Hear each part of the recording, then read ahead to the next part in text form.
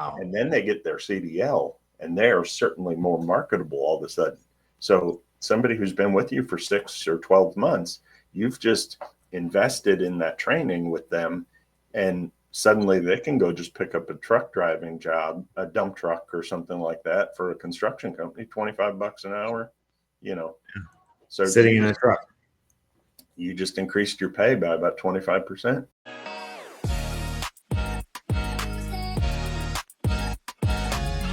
Hi, everyone. Welcome to the Public Works Hot Seat Podcast. My name is Chad Smeltzer. I'm your host. And today's guest is Todd Hoppenstedt, who's with the Nickel Company. Thanks for joining me, Todd, because you were a past public works director that I know. Glad to be here, Chad. Yes, and I've been on your podcast before. I think it's been two and a half years, but I'm glad to see you're bringing it back. I think you're on something. Well, thank you, man. Thank you. And you were you popped up in the LinkedIn, and I saw your transition from where you were, the city you were at, and you and I have connected here in Illinois, the city you were working with there. And I was like, man, I got to talk to him again and bring him back on the show and have a conversation, because I feel like the transition you've gone through in your career that I've seen and where you are now going to the private sector, there's a story behind that I feel like a lot of relatability there for others in the utility space, public works space, who are executives or, senior directors there in those public sector, jobs. And kind of, what that looks like, because I feel like everybody thinks it's easy and nice, or, like nice public works job or public sector job, and you get nice benefits, but there's a lot more behind it. I feel that people should know. But I think, and before we start, let's start out with a history of you, where you've come from, why you went into. Let's start with the public sector first, and then we'll work into the public, the private sector. Let me try and summarize that briefly so I don't bore everybody. But I started in high school as a seasonal laborer with the local municipality where I grew up, Wheaton, Illinois, as a seasonal, and then kind of parlayed that into a full-time position as a water operator. Many years ago, my water superintendent kind of saw better potential in me, I think, than what I was doing. Although he was my superintendent at the time, he kind of recruited me away for his son's benefit in a private sector position. And after doing that for a few years, I ultimately went back to the public sector. And maybe I shouldn't have, but I think everything I've done has been, beneficial to kind of build where I'm at today. Anyways, about 25 years in total in the public sector. I've been director in 2 different communities. I've been a water superintendent, a street superintendent, water operator, number of things. So, yeah, lots of experience, that's for sure. And let's go back to as a laborer, what that was like. I mean, you were working for someone who inspired you to move more into the public sector as a leader. Can you describe kind of what that process was for you? Yeah, I may have been too young and naive at the time to realize that I had a terrific mentor that I was working for. But looking back on it, that's precisely what it was. Ray Schnurstein was the water superintendent for the city of Wheaton for probably 25 plus years. I don't know exactly how long his career lasted, but it was 25 to 30 years. I know that much. Just a terrific person. And man, I would love to kind of show that I was, his protege a little bit, but I can't even compete. I can't say enough good things about the man.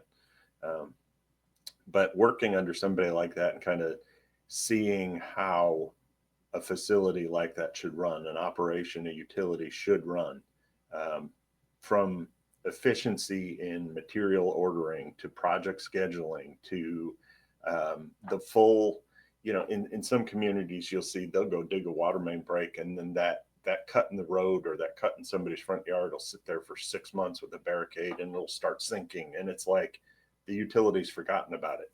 That was not the way Ray had kind of brought us all, not just myself, but his entire team up. We'd go back and address that almost immediately. In many cases, we were putting asphalt back in the road, repairing the road surface the same day we dug that water leak. So just tremendous customer service. And he was really just the model, in my opinion, for what government should be. Yeah, that's a great example because customer service focus, like you said, and basically running it as a private sector company should anyway. Like you got to provide value to the community. And obviously, if you're leaving signs up and I'll be honest with you, I see it today. Construction, like signs laying around, the jobs have been weeks old. No one's come back to move them. It's either the construction person or whoever left it there, but there's no accountability, it seems, and sometimes on these projects. And it's kind of wild Well, to see. they're not just aesthetically unsightly and disruptive to people living or working in that area. They can create liabilities. Mm. When you put up a work zone and you leave it for too long, people kind of realize that there's no work taking place. And then when work does take place, they have a true argument to make that we did not expect to see those people there. So you really got to treat those things in a timely manner. Yeah. One thing I noticed you said should. It's like one of the things we should be doing, but we're not really doing. That's and right. and I think I'm curious in your experience because you've worked as assistant directors, I believe, right? In certain positions. I've worked as superintendent, which was basically, Okay. yeah, but I've not held an assistant director title. Okay. Yeah. Even in that role, I mean, it's got to be hard if you grew up in that very customer service focused career.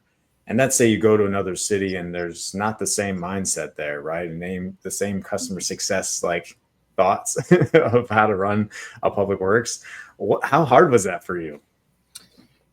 Thankfully, whenever I've changed municipalities or positions, I've been kind of given a blank slate to try and change things. I'm a bit of a change agent when it comes to that. So I've not had to step in and kind of adopt too many old philosophies. I've been given the latitudes necessary to kind of create many of those things that I talked about, learning through Ray, and hopefully, his legacy has affected many other communities, not just through me, but through other people that had worked for him at one time and then went on to greater spots. Talk about true leadership. I mean, that man probably doesn't even know how many places he's affected efficiency, customer service, culture. So just that's kind of cool. Yeah. I was just curious because sometimes you walk into some of these, positions and you expect, or you think that you're going to get one thing. And then obviously 6, 8, 10 months later, you're like, that's not really what I signed up for. That kind of stuff. It makes it a little challenging. And I feel like some of the other directors that I've talked to kind of get in that spot, they get put in those situations and they hope to make changes, but either bureaucracy steps in and there's impact there where you can't make the change just because it's not something that community wanted, or it's not the right team, because you're dealing with both sides. And that's yeah. Can you elaborate like what it's like dealing with both sides on the field workers, the operators, and then you got the bureaucracy side coming at you? I absolutely can. So yes, you've got to wear multiple hats. You've got to be, as a public works director, you've got to kind of play the political role with the city commission and the residents and kind of save face for the organization. You kind of have to be a good colleague to your department head colleagues across the board. So assisting other departments with their needs, whether that's public safety, utilities, or whatever, finance, IT. I mean, anymore, it's everybody. And then you've got to be able to get down in the trenches and maybe not hands-on do the work, but you got to have a pretty good understanding of how that work's being done. Right. If you don't have that understanding as a director, I think it would be a challenge to really be effective. You almost possess half the qualities needed for the job, in my mind. If you're too administrative, then you lack what it takes to get things done. If you're too hands-on, then you're leaving some unfinished business on the administrative side. So it's challenging to kind of walk both sides of that that line. But it can be a lot of fun. Yeah.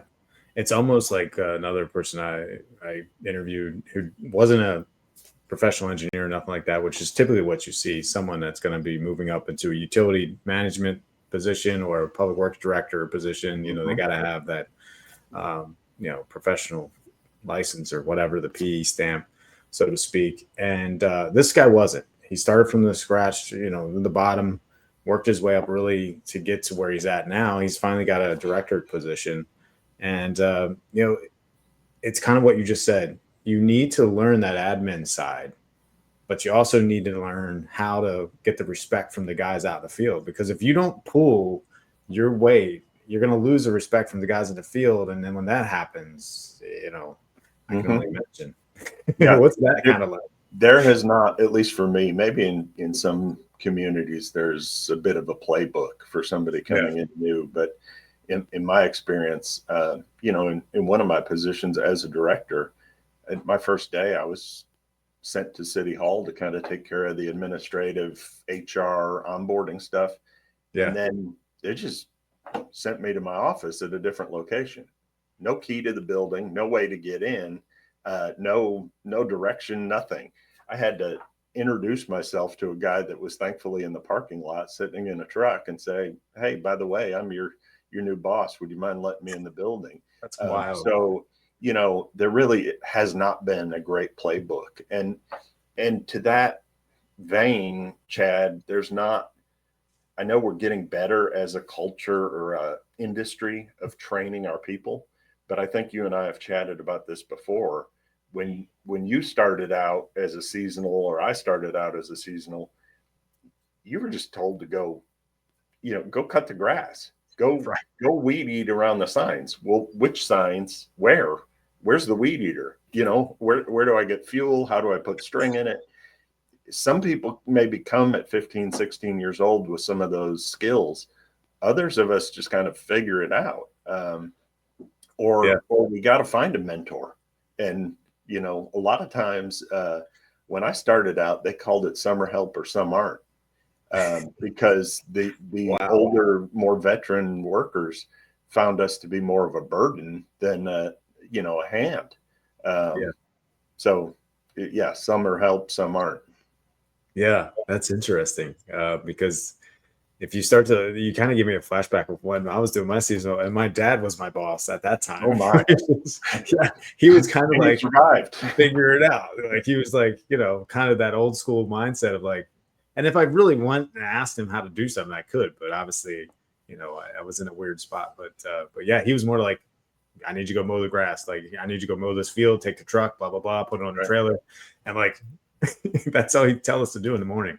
And fast forward 30 years, we've gotten better at training new staff in certain things. But the reality is we handle so many different types of things that there's no way you could train. I mean, you'd be going through a 6-year, 10-year training program. So especially if you're doing everything, water, wastewater, street department stuff. Right. Some of these small towns are all compacted into one. I mean, you got to learn it all. I've been there. Yeah. And there's inconsistencies in equipment. You've got the old backhoe that's got certain controls. You got the new backhoe that's got different controls. It's like, you just kind of have to jump in and figure it out to some degree. There's not enough time to train people really on the job. He would never let me get in the backhoe, just FYI. I was like, I love that. That's huge. Let me get in there and mess around. He was like, no, I think you would have been great at it. Yeah. But thanks. But and the reason why I really wanted you to come on here and to learn, because I think that it's important, where you were from Wheaton. I know you've gone to Montgomery, and now you were in Brentwood.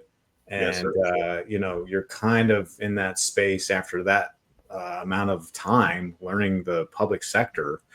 I've always wondered kind of what makes someone decide that they have to go a different route in their life or career.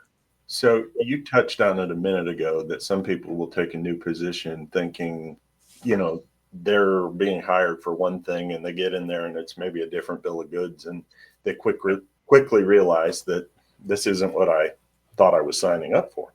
I think in my case, I took what I envisioned that I was signing up for and was a great contributor to that. At least I hope that's how they see me. I feel like I contributed pretty well. But even after a decent tenure, I was there a bit over 7 years, the playbook changes. So you can be kind of established in a role, and the organization can have some changes where you just decide, this is no longer the right fit for me. So I'm a firm believer in there's a reason and there's a season. Well, maybe a little bit unexpectedly, that season came to an end quicker than I would have anticipated. And, that's water under the bridge. That's something we just accept. Life changes and we adapt, right? But a great community to work for, kind of a premier standard, gold standard community, if you will, when it comes to expectations. It's a very affluent community, probably the wealthiest in the state of Tennessee as far as its residents and property values. It's probably in the top 10 or 20 across the country. So for people that aren't familiar with Brentwood, it's a premier community, has very high expectations. It's a good size community, 42 square miles. So it's not a large, metropolis or anything, but there's quite a bit of responsibility. The public works team was 24 people strong, including myself. So that's on the smaller side. If you look at some national averages, my philosophy has always been that when communities grow, and this is probably true anywhere, often the leaders will look at public safety needs as an immediate need that kind of mirrors that growth. So if we're going to add a subdivision of 1,000 homes, we might need to add 3 more firemen. We might need to build a new station. We might need to add 3 police officers. And those numbers I'm just kind of pulling out of thin air, but you kind of get where I'm going. When it comes to public works and utilities, that infrastructure is so often new, and even sometimes it's maybe not fully accepted by the community. It's not a responsibility of public works. So public works does not need to mirror that growth at such a quick level, but 15 to 20 years down the road, it becomes more of a demand of our time. You're going to have potholes in the roads. You're going to have trees that need trimmed or removed, curbs that have buckled, and you get where I'm going. So I always have believed that in a community like Brentwood that had such tremendous growth after the last 20, 25 years, now is really the time that somebody prior to my existence there should have been planning to add additional staff to keep up with those demands. And absent that planning, it really becomes challenging on the current employees to keep up with the responsibilities and all the things that you're taken care of. Then kind of to add to that, Brentwood being the community that it is so affluent that the people working for public works don't live in Brentwood. They don't live anywhere near Brentwood. Oh, wow. So we're oftentimes recruiting people to come work for us that live over an hour away. Wow. Well, many years ago, you could easily get away with that because there weren't as many jobs. But as the Nashville area has kind of boomed, these people can now trip over 5 or 10 similar positions between their house and Brentwood. So, why are we attracting people to drive over an hour away? If your pay isn't there, if your benefits aren't there, if your culture isn't there, you're not going to be able to keep attracting those people. So that's a challenge. And as you've seen across the country, just for those kind of positions, those labor positions, there's less of an interest. Generational changes, people want to be more technology savvy. They're not as interested in working with their hands, maybe. So there's a number of challenges that face the industry. Wow, you touched on a ton of good points there with that description that you gave, because I thought of a couple different things. First thing was the construction process of new development. First of all, there's no way, you mentioned 15 to 20 years. I think the way construction is now and the way it's managed, I feel like there's a lot more depreciation of the materials faster now, and the construction that's going on in these developments are not, the quality's gone. So you're looking at a 5 year, like you said, 15 potentially. I'm thinking maybe 5-10 years nowadays with, You may water be main right. shutoffs, like road conditions, like something is typically going to happen, right? Because something's going to break or fall apart in those places these days.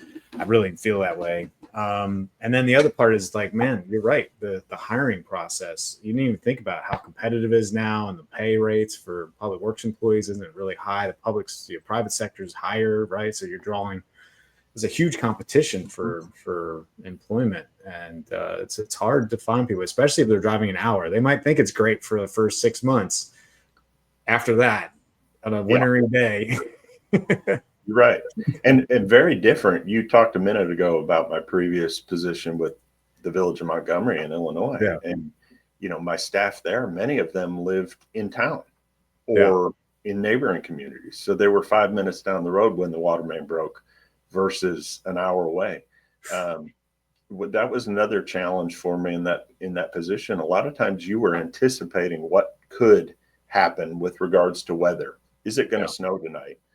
I've got to have some people maybe on staff just so that we can respond quicker. Mm, Uh, because once conditions change, if people are coming from an hour away, as well as I do, that commute goes from an hour to 3 hours, and yeah, and I needed them, when I called them. So yeah. we were a lot of times anticipating what could happen, and bringing people in proactively, and sometimes that's a gamble, but a gamble that was necessary to take given our, demographic. That's a tough spot to be in, man. I wouldn't want to be in your shoes, to be honest with you, because I can only imagine if a water main breaks and then it takes an hour or 2 hours for the crews to get there, and then the complaints you're going to get from the citizens is going to go off the charts. I mean, wouldn't want to deal with those complaints.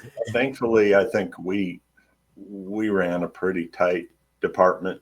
Yeah, I'm proud of that, and so one of the things that it's inevitable, you got to clean out your office when you leave a place, right?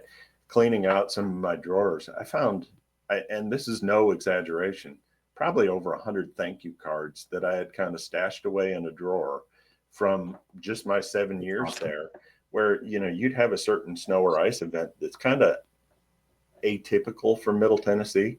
And I'd Yeah, get 20 thank you cards, not just emails and phone calls. I'd get those too, probably hundreds of those.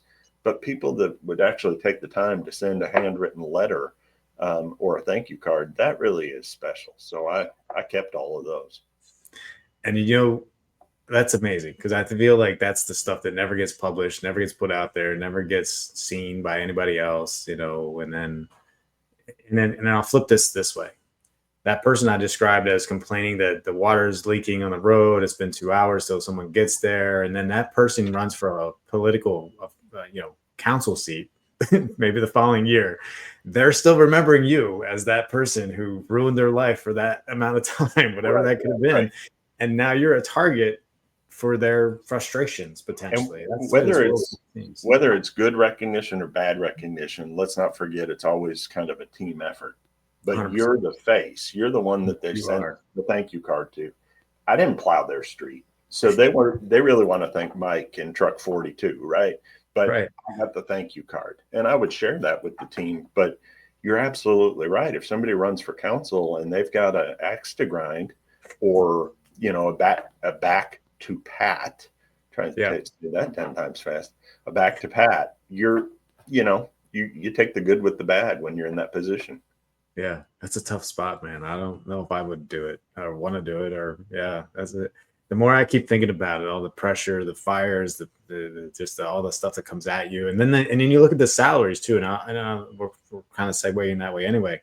It just doesn't seem like the pay's worth the responsibilities. So when I started in Brentwood in 2018, the starting rate for a maintenance worker was $14.25 an hour. Wow. No one can survive, even in any market really, but Right. even in a cost efficient market, you can't survive on that. And then you add to it the responsibilities that we expect out of these people. We expect them to get a CDL. We expect them to answer their phone in the middle of the night and come in on a moment's notice. Sometimes you have a single parent who's got kids in bed. So when I call somebody at 3 a.m. and they're like, well, yeah, I can come in, but I've got to call, my mom to see if she can come over and watch the kids. All those things have to happen for that rate of pay. I've said for years, the law enforcement industry, there's been a big change and a shift. And I think a lot of people will agree that you can't hire a police officer for $40,000 a year anymore. There's too many headaches and risks and liabilities included in that work and demands on that person that it's just not reasonable. And they probably deserve more than the 60 or 70 that they're starting at today in some places. But Public Works has not really followed that same trajectory. In a lot of cases, it's been my experience that public safety folks are an investment to the community, which is what they should be. This is what every employee should be, as an investment. But sometimes the labor functions are more of an expense to the community than an investment. What does this cost us? We're not really interested in investing in this person's growth like we might be in the police sergeant. You know what I mean? Yeah. So it's not a apples to apples comparison, and it's not fair, really. Yeah, that's and you and I talked heavily. The last podcast was about the Public Works, their responsibilities, their risks, and it should be tied into the first responders kind of concept we talked about before, because it is 2 a.m. on a water main break and 20-degree, 30-degree weather. I mean, you're trying to provide service to community constituents, people that need water. They want to get up and get a shower in the morning. They want to have hot water, whatever, those kind of things. It's very important. Street lights, all that. I mean, everything. Yeah, all that stuff. Now there's this back and forth conversation with that we can debate on another time. But I think that with what you just said and what you've gone through and kind of the pay rates, it's obvious at $14 an hour. Now I would hope that it's now higher. Is that it is higher, but it's not where it needs to be, Chad. In 7 years we were successful at getting it up to $19 and some change. I think it's now $5 starting. But that's not for somebody starting out, that you're not going to attract many people. You can push carts at Costco in the parking lot for $25 an hour. Okay. As CDL drivers, we became a training ground for CDL drivers because the city has to help you get your license. So we would give you the training. We would pay that expense. We would pay for you to go. We'd provide somebody to ride with you when you had your permit so you could learn and do the walk around inspection and all those things. Wow.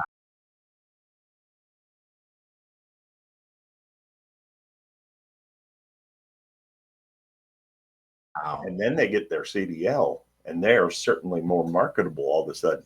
So somebody who's been with you for 6 or 12 months, you've just invested in that training with them, and suddenly they can go just pick up a truck driving job, a dump truck or something like that for a construction company, $25 an hour, So sitting in a truck. You just increased your pay by about 25%. And less work. and fewer call outs and all that. Yeah, you're working a construction job just every day, unless you're doing night work. But yeah, wow, that's wild. So obviously you made the decision to kind of move in a different direction in your life. And, what's that journey been like for you now? So it's been a positive journey. Again, it came about quicker than I anticipated. But it was a necessity for personal health. You don't realize the repercussions that demanding schedule and those overnight calls and the stresses that keep coming at you, what that can take on you and your family. And so just by, making a small shift in career choice so far has been very rewarding. More time with the family. My daughter, quick story. She's a 4th of July baby. And she turned 14 this year. And it really hit me when she said to me, Chad, She goes, this is my first birthday that you haven't had to work. Because in every community I've worked for, there's been some sort of 4th of July celebration event, whether that's a parade or a fireworks show or whatever. It's the first 4th of July I've not had to work. And that had to hit you. That kind of hits me now. I'm kind of like teary up. That's sad. I'm holding it back. Yeah. It does. Wow. Yeah. That's, man, I didn't think about that. Yeah, you really do. As you get, time with your kids and you start to hear those things, you just never thought about it until it actually hits you. Again, you're having a conversation with me and I'm telling the story, but you've got to multiply that across everybody in public service for the most part. Now, maybe the finance director isn't working Christmas morning, but think about all the policemen, firemen, plow truck drivers, water main break technicians, all these people who are walking out of their kid's birthday party because the phone rang, or, missing Christmas morning with their family because they were either scheduled or something came up. So across the country, across the world, there are hundreds of thousands of people that are making those same sacrifices. And it's a necessity. The same is true in healthcare and in other positions. Yes, I get that. But oftentimes those people might make a little bit more to make it worth it. Or there's some sort of rotation. If you're a doctor delivering babies on Christmas Day, maybe you're not doing it every Christmas Day. Maybe you have partners and you do it 1 out of every 5. That's not always the case when you're in a department of 24 people and every truck has to roll to clear the streets. Yeah. There's not the rotation. Even in the fire department, let's say, it's staffed for 3, different shifts. Right. So there's a rotation of people. Police department, you have day shift, night shift, overnight shift, right? Public works, you generally have 1 shift, but the work doesn't always stay in an 8 or 10 hour time frame. The work could go on for days. Well, those same people, where do you break? Where do you rest? That's a great way to kind of end the podcast. I don't know what else to say. It brings a ton of awareness to what life is really like nowadays and what life of a individual who's in the public sector, job really looks like. Yeah. I think there's a lot of, like I said a minute ago, repercussions or detrimental effects to people's mental health, physical health, family health, all those things, just because of what we're asking them to do. And there again, raise the pay and it might be a little more worth it, but at a low rate, it's going to be hard to attract people. I can tell you the money is not everything by any means, but certainly it would make a big difference in that type of role that you just described. For sure. If you're going to sacrifice your time with your family, you should be compensated accordingly for that sacrifice. Well, I'm purely advocating for the people that are doing the hands-on work. I mean, as a director, I was not hurting personally, but it can be very rewarding to help people. And I will miss that probably the most about my transition, is being able to help some of those residents and then running into them years later and the smile on their face when they see you. I mean, that's when you know you really impacted somebody positively, when they bring donuts by your office, or call you a year later just to say hello because they thought of you when they saw some other job taking place. That's when you know you've impacted somebody, and that's rewarding. But there's a lot of challenges. I guess that's what public service is, where most people would say that's why you sign up to be a public servant. That's right. So, I mean, but still, the pay is come on. We can probably do better and figure out how to tighten some budgets, but that's a political thing, and we don't. You will never know the value of that work until it's not done. So, like you said, when the road isn't fixed, when the water doesn't flow, when the sewage doesn't flush, when the street doesn't get cleared, the lights don't come on, the trash doesn't get picked up, that is when the majority of people in our society will start to see the value in the people providing that work. Yes, there's a small number of us that are involved in that work that have always seen that value and tried to convey that message, but the average homeowner in America probably doesn't. They just take it for granted. And I get it, because we're not doing a very good job of communicating it or marketing it. But Yeah. until you've lost that service, you don't know what it's worth. Yeah. I can talk some more, but I think we're at the end of the show. We'll have to do another one another time. But I think, man, I was going to go into the whole marketing side, but yeah, we'll shut it off there, Todd. I think it's a great explanation of I'm sorry if I go down too many overview. rabbit holes, but Yeah, no. I think there's another conversation to be had later on, maybe this year. But how can people get a hold of you? Like if they want to understand a little bit more about the industry, public works, what that looks yeah, like. so you can get me on LinkedIn personally, Todd Hoppenstedt.